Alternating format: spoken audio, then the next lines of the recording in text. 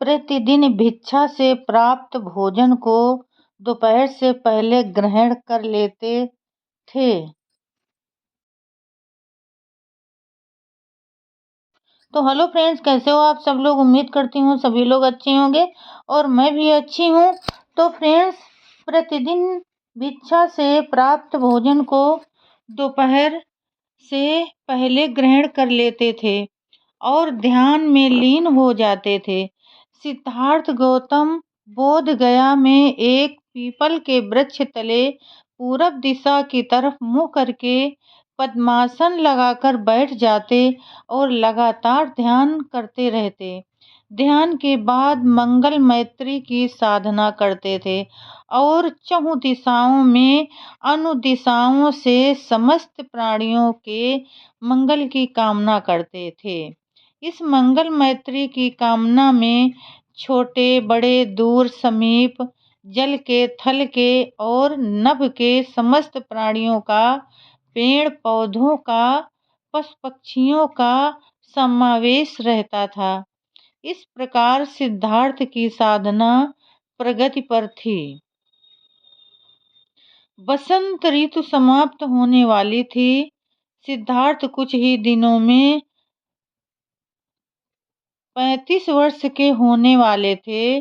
ध्यान करते करते 4 सप्ताह पूरे होने में 24 घंटे शेष थे। भोर होने वाली थी।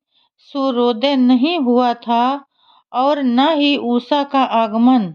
इस शांत नीरव ब्रह्म मुहूर्त में पीपल वृक्ष के नीचे ध्यानरत सिद्धार्थ ने अपने शरीर को थोड़ा आराम देना चाहा। वो वहीं लेट गए और कुछ ही देर में उन्हें झपकी आ गई। उनकी निद्रित अवस्था में एक के बाद एक 5 स्वप्न प्रकट हुए, जो कि भविष्य की ओर संकेत करने वाले पूर्वाभास थे। स्वप्न समाप्त होते ही बोधिसत्व जाग उठे और उनके अर्थों पर विचार करने लगे। प्रथम स्वप्न के अंतर्गत उन्होंने अपना विशाल विराट रूप देखा। उन्होंने देखा कि वो आज के नेपाल और भारत की संपूर्ण धरती पर लेटे हुए हैं, जो कि उनके लिए बिछौना बन गई है। हिमालय का उत्तुंग शिखर उनका तकिया बन गई है। उनके पांव दक्षिण भारत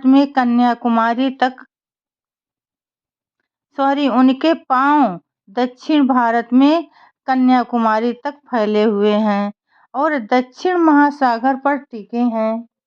जो उनका पांव पलायन कर रहा है। दाहिना हाथ पश्चिम में अरब सागर के तट पर पड़ा है और बायां हाथ पूर्व में बंगाल खाड़ी के तट पर।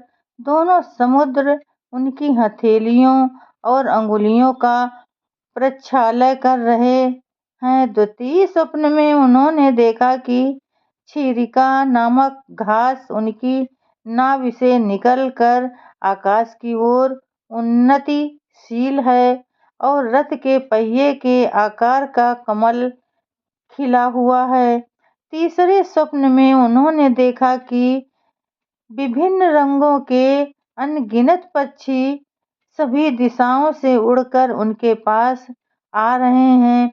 इसी प्रकार उन्होंने 2 स्वप्न और देखे। तो फ्रेंड्स